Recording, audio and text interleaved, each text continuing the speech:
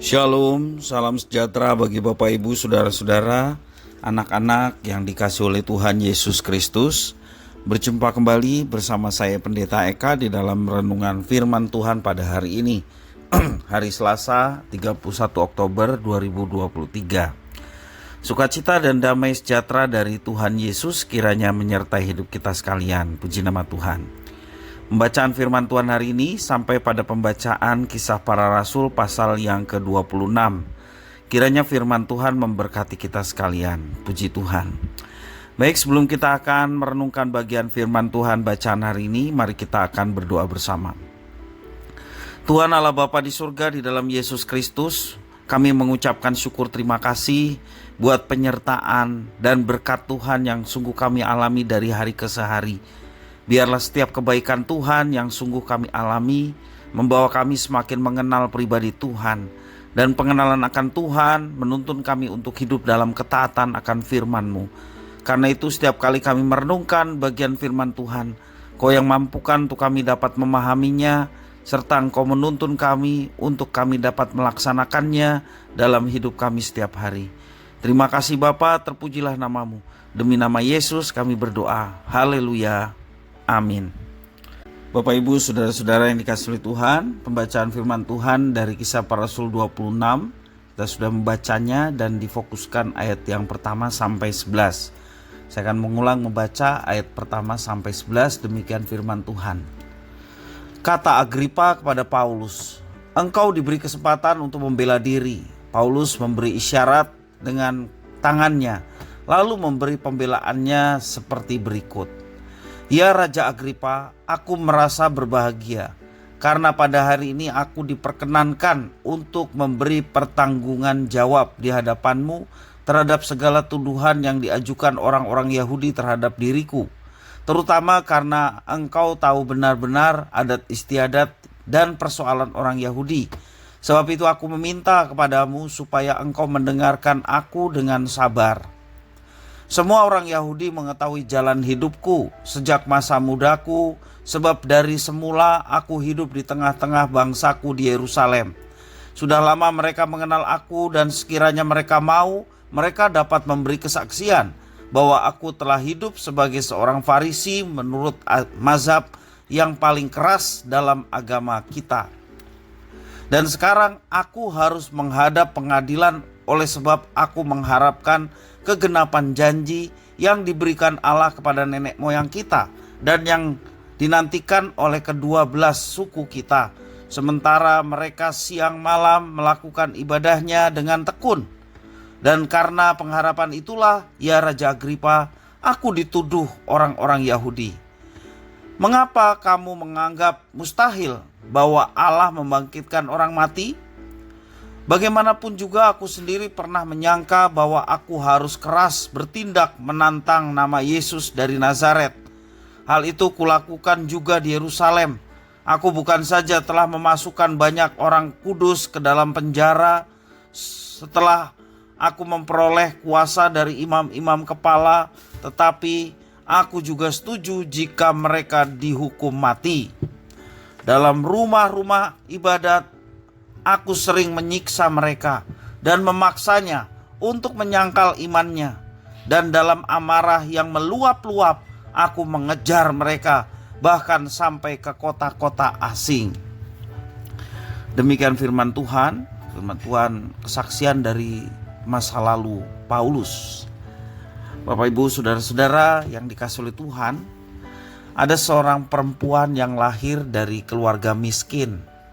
Orang tua dari perempuan itu bercerai dan kemudian ibunya menikah lagi dengan laki-laki yang sering memukulinya.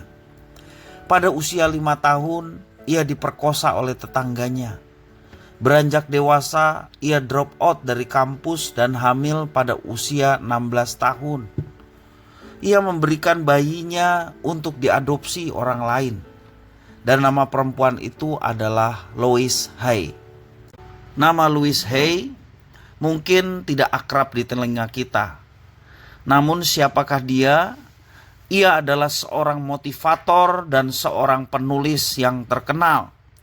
Karya tulisnya dalam sebuah buku pernah terjual sampai puluhan juta eksemplar di seluruh dunia. Ia juga terlibat dalam aktivitas-aktivitas kemanusiaan. Suatu kali ada seseorang yang bertanya, apa kunci kesuksesannya? Kemudian Louis Hay menjawab, belajar dari masa lalu dan biarkan saja. Hiduplah hari ini. Itu jawabannya. Jawaban yang sangat sederhana. Paulus merasakan kelamnya sebuah masa lalu. Dalam kesempatan membela kasusnya di dalam ayat 1 yang kedua, ia jujur mengakuinya. Paulus adalah seorang Yahudi tulen. Bahkan dia seorang tokoh Farisi yang menurut azab Yahudi, Farisi yang paling keras. Paulus banyak memenjarakan orang-orang kudus, yakni orang-orang Kristen yang mula-mula, bahkan berharap mereka semua dihukum mati. Itulah kerjaan Paulus dahulu. Ya, ia berterus terang sering juga menyiksa orang Kristen di rumah ibadat orang Yahudi.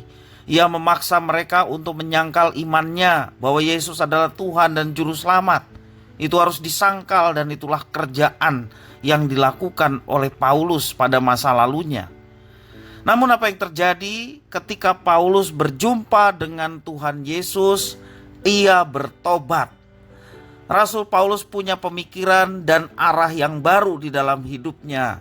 Dan pada akhirnya kita semua tahu siapakah Paulus. Dia menjadi seorang rasul sama dengan rasul-rasul Yesus yang lainnya. Ia adalah seorang tokoh yang sangat terkenal di Perjanjian Baru. Bahkan penulis Perjanjian Baru yang paling banyak. Tokoh sentral dalam sejarah kekristenan dan peradaban dunia. Luar biasa. Jelas bahwa Paulus tidak menyiksa dirinya dengan masa lalu. Ia tidak melupakannya, sebaliknya dia sadar bahwa sejarah hidupnya yang brutal itu merupakan masa kelamnya yang harus menjadi titik tolak di mana dia mengalami kehidupan yang sesungguhnya. Menariknya di sini adalah Paulus tidak pernah berusaha menyembunyikan atau menyangkali masa lalunya. Sebaliknya secara jujur dan terbuka ia menerima fakta itu. Paulus berdamai dengan masa lalunya. Masa lalu bisa melumpuhkan kita dengan dua cara, yaitu sesal dan juga dendam. Jika tidak keluar darinya, maka yang tersisa hanyalah hati yang terluka. Kita akan dibuatnya bangkrut menjalani kehidupan. Marilah kita menerima masa lalu kita dan berdamai dengan masa lalu kita. Mengucap syukurlah kalau kita sudah berjumpa dengan Juru Selamat. Yesus yang adalah Tuhan Juru Selamat memberikan kehidupan dan pengharapan. Di dalam Yesus ada kehidupan. Di dalam Yesus ada penyertaan. Di dalam Yesus ada perilaku-perilaku yang sesuai dengan kehendak Tuhan yang semestinya kita laksanakan. Bersyukurlah kalau kita berjumpa dengan Tuhan Yesus sehingga masa lalu kita tidak menjadi alasan untuk kita larut terus di dalam masa lalu sehingga kita hidup sangat berpengaruh dengan masa lalu kita. Tetapi kita mau berdamai dengan masa lalu kita dan melakukan tindakan-tindakan yang benar sesuai dengan rencana dan kehendaknya, dan percayalah Dia tidak akan pernah menjerumuskan kita. Dia adalah Allah yang berkuasa mengatur hidup kita, bahkan masa depan kita. Masa depan yang terbaik, yang cerah, yang penuh dengan harapan, Tuhan sudah siapkan bagi setiap anak-anaknya yang mengasihinya. Jangan kita larut dengan masa lalu, berdamailah dengan masa lalu, dan perbuatlah yang baik di masa sekarang. Kiranya Tuhan memampukan kita untuk memaafkan diri kita di masa yang lalu, dan terus berjalan sesuai dengan rencana dan kehendaknya di masa sekarang.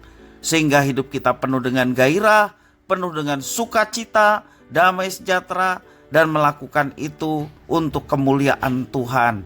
Dan hidup kita pun boleh menjadi berkat bagi sesama. Kiranya firman ini memberkati kita sekalian. Mari kita berdoa. Terima kasih ya Tuhan atas firman-Mu. Mampukan kami untuk berdamai dengan masa lalu kami.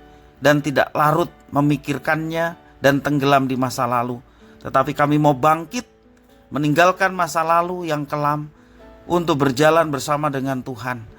Kami boleh bersama dengan Engkau yang adalah terang, sehingga kami tidak tersesat dan hidup kami pun boleh memancarkan terang itu dan menjadi berkat bagi sesama. Terima kasih Bapa, inilah ucapan syukur kami atas firman-Mu. Demi nama Yesus kami berdoa. Haleluya. Amin.